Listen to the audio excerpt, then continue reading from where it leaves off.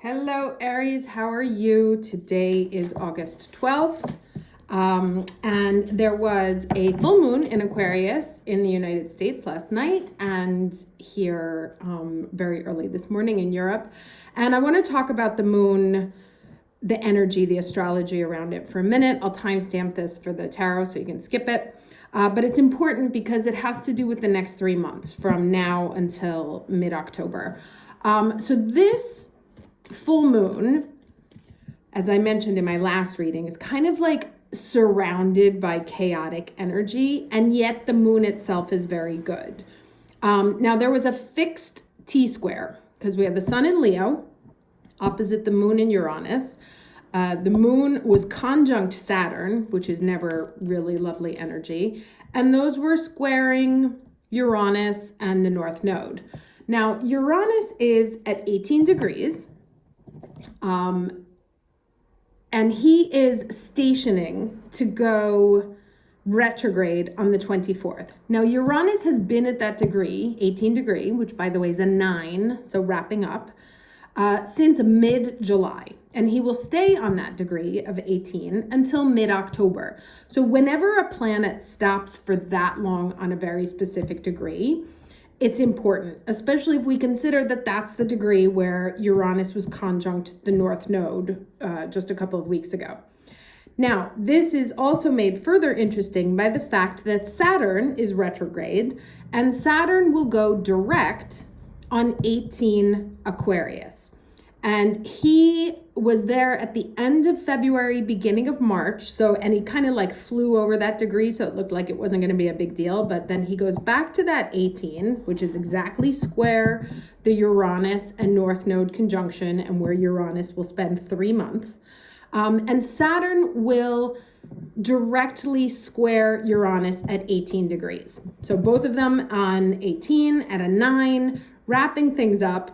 This full moon in Aquarius was at 19, which is a new beginning. So it's like before we can complete and wrap things up, there's this debate between Saturn in Aquarius, which is ruled by Uranus, and Uranus in Taurus. So it's really a question of Uranus likes to blow things up, right? And then just whatever happens is what happens. He is the sower of chaos. And Saturn is the exact opposite. He is the ruler of law and order. And so what we've been seeing is this absolute need to innovate, right? Because Saturn is in Aquarius. So he's like trying to put a leash on this innovation. He's trying to move forward, but he's doing it in a way that is methodical and step by step, right? Baby steps to innovation as opposed to blow it up and then we'll figure it out. Or in the cases of it's being blown up by someone else, Saturn is there to help us pick up the pieces in a way that's ordered and makes sense and can create a positive foundation for the future, right? Like if you just blow up a building and then build on top, right back on top of it without learning anything from the past or without making adjustments for the future, then you just set yourself up for the exact same situation. So this argument between Saturn and Uranus, which by the way, as mythology goes, Saturn always ends up defeating Uranus, just may take some time. It's really about learning how to work together, finding the win-win situation between moving slowly, thinking things through, and innovating around revolution, around money, love, pleasure, value, right? He's like, I demand change here, Uranus. He wants change. And Saturn's like, okay, cool, I got you, but we got to do it the right way.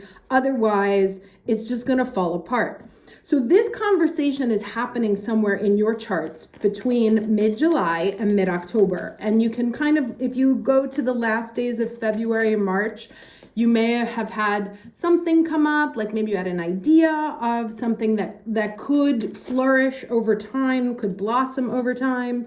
That is working itself out now in this T-square, or in this square, which you'll start to get answers to a movement towards, I would say probably around mid-October when Saturn goes direct exactly there, because that'll be sort of where they wrap up that conversation. Okay, so moving into other things. So that's like one thing. Today, Venus moves into Leo, so this will make us feel better because Venus is also ruling the North Node right now, and Venus in Cancer can be whiny and miserable. Venus in Leo is like the queen. She wants to be treated well. She wants to go to the expensive places. She wants to be treated properly, and she's not interested in, like, she's tired of feeling bad. She wants to feel good.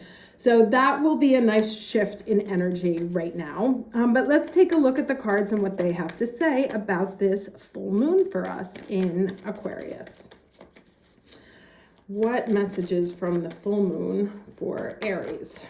Full moon from Aquarius. What messages for Aries? What's the overall energy for Aries for this full moon, Aquarius?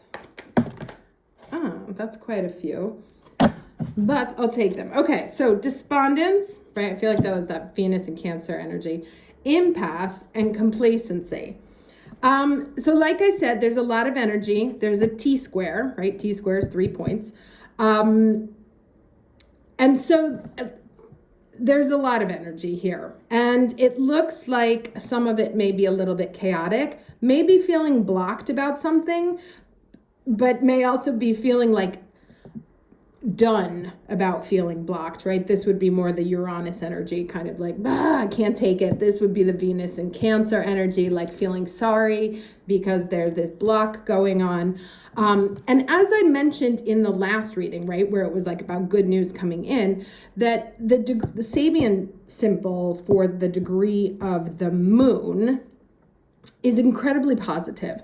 And so that's why I think that, like, this chaos that's going on right now is actually done to bring us something better, right? It's kind of pushing the conversation, making us get to a point where we look for different answers, where we don't accept the old tried and true, which would be the Saturn, but actually we start to push the conversation. But we have to push the conversation in a way that's methodical, not like, bah.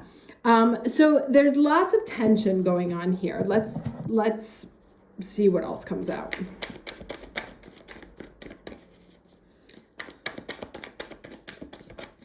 It's also kind of like, I'm looking at these two. Here, I'll show you what I see. You have these sort of like two options, right? Like lose your mind or fall into kind of despair. And this guy's like, hold up, like, wait a second. There's got to be another solution here. There has to be a third way, which is always the message when there is a square. There has to be a third option because it's always either or. And the answer is always the third thing. In this case, because the completing leg of that T-square is in Virgo, it's through careful analysis. And being very objective. So let's get the challenge energy here.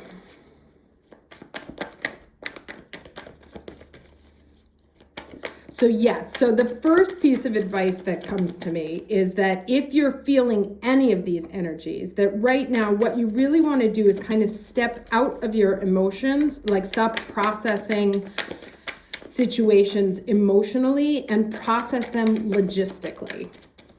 Or logically, because like I said, the Saturn conjunct moon feels bad. It is not good. It can make you feel lonely, isolated, nobody loves you kind of stuff.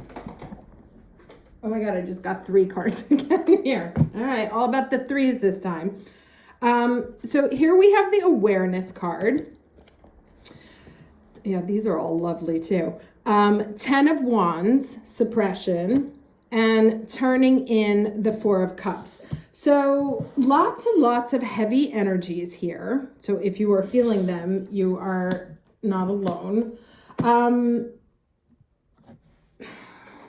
But again, I kind of feel, because you have this major arcana in the middle, going between like feeling like you can't take it anymore, trying to tune in, right? They're even physically mirroring these cards here, right? So the energy, the overall energy and the challenge energies are aligned. And it can feel like there's a single story and like the universe is kind of coming for you right now. But it's not. That's the thing.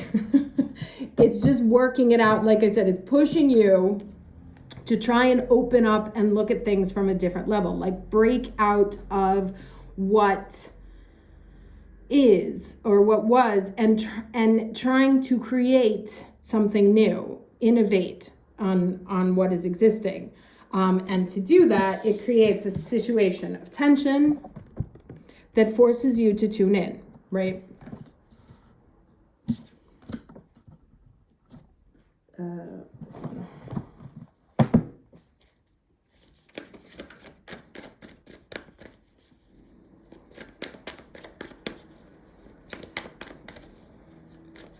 Yeah, and that's kind of like looking at these things. Like I said, it's really a hold up, because the cards in the middle are always like with the hands out. So it's like, hang on a second. Don't, like, things are not what they seem, or just be careful of how you process the things that happen to you. Because it's easy to get very sad or get swept up in the energy. And really, and this came up last time, okay? Purification. That's the process. This is what is happening. It is burning off the old skin to release something new, right? And in order to do that, it has to push you, like the seed coming out, turning into the flower. And so that's kind of what's going on. So like something new blossoms and blooms as a result, despite what you may be feeling. It's pushing to create a new vision of not only yourself and how you process yourself, but how you interact with the world around you. And it's going to play out in terms of money, love, pleasure, value, right? Like how the value you give to yourself, the value you give to the things around you, to your relationships, to how people treat you, especially that'll be like a big thing right now with Venus and Leo. You know, it's like you will not, this energy here is going to put you in a place where you will not put up with nonsense, right? If either come correct or don't come at all. And you'll be that way with romantic situations, with business situations, with friends. Like, I'm not feeling it right now. So you either show up in a way that treats me the way I'm supposed to be treated, or we're not doing this. Like, don't come and bring me drama. Don't come and make me feel bad. I'm tired of having to like always feel like everything is so difficult. I want to be able to enjoy this interaction, or enjoy what I'm doing, or enjoy who I'm with, enjoy who I am. And you, whatever that you is, are not making me feel that way. And that's the kind of thing I need to burn off right now. Okay, by the book. So this is in reverse. Let me get another card. That card actually showed up in a reading I did for someone else this week, which was an incredible reading. It was so funny because I was having the worst day and she got the best reading I've ever seen. And then we have round and round in the protection message. So let's just look at these quickly.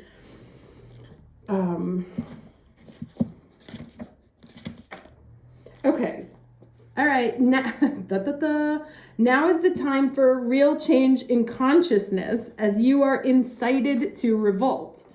Challenge the structures that are limiting authentic progress. It's not enough to rebel in small ways. This is a call to revolution. Right. Yes, but remember, because of the square to Saturn, it is a call to revolution, but you want to make sure that the revolution is done well thought out. Not just like...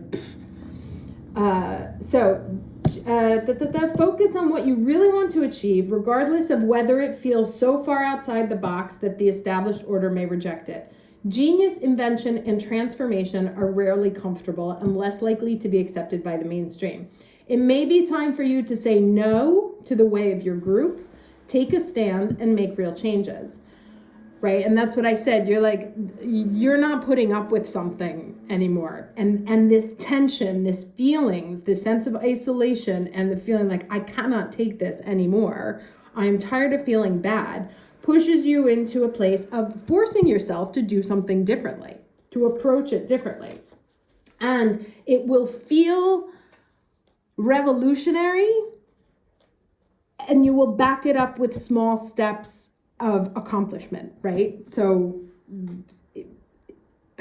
you won't be like burning down the house, but you're like, I know exactly what I want and what I need to revolutionize in my life. And here's the 10 steps or things and behaviors around it that I need to implement in order to make that happen.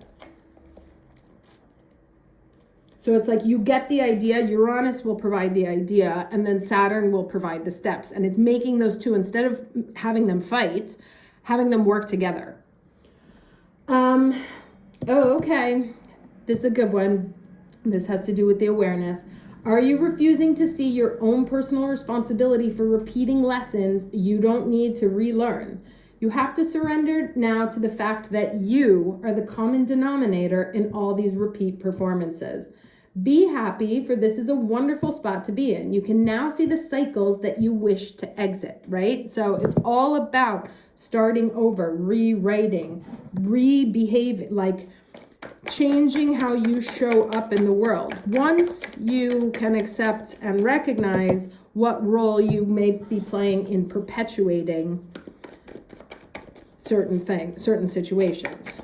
Right? Like I said, these are both here. They're here with their hands extended, like, hey, pay attention. And that's what it is. Like, pay attention to why you feel this way. And then get rid of what's causing it. But what's causing it needs to be backed up by a series of small steps, small behaviors that reinforce a total change in how you show up in the world. Oh, this one's heavy. All right, let me get 3 cards, please. All right, so what do we have? The 6 of Pentacles, right? Where do you show up in this situation? Are you taking less than what you deserve? Are things being given in equal give and take? Taking a moment to reflect on it, to understand, to think about the past. Where have things gone wrong? What have I done before? What needs to be done differently? And here you have the VI and IVs, right? So literally flipping that on its head, turning the situation completely around. One more card, please. Like, this is, especially after this card, this is, what have I done before? Like, how have the dynamics in my interactions been before? And now how do I need to flip them on their head? And that's this one. So let me get one more card here, please.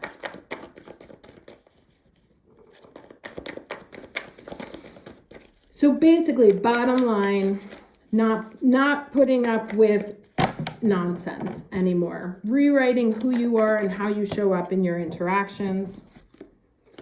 8 of Wands, right? Like getting clear, getting almost overwhelmed in the information that comes to you, and then seeing it's like, okay, now I see what I have to do. Now I see like where I need to focus, and this is what I need to be from now on. Like, out of all of these things that I'm understanding now, it's like, okay, here's all the steps, right? And I'm going to pick this one to start with as I start this sort of new walk, right? Because it's a page, so it's just learning to walk with this new sense of fire, a new sense of passion. But it's going to take itself out of a cycle that's been going on, because you take the time to reflect on how to flip this nonsense here on its head, right? And you'll know it because it'll be a situation that's happened to you before. Like, anytime you're like, oh, again, that's it. And it's like the universe is making this difficult so that you can stop and say, okay, hold on. What can I do different? What needs to be done differently here?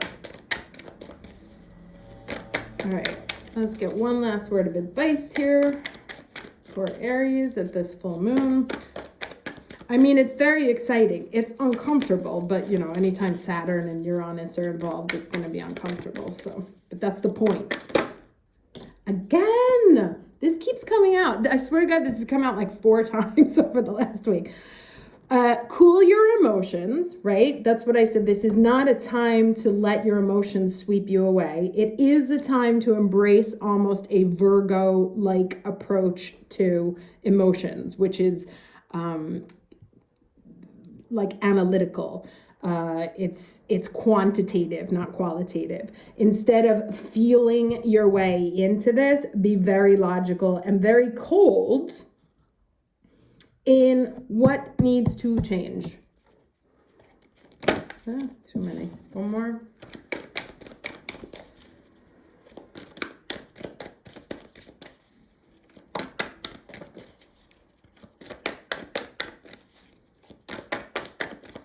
One more, please.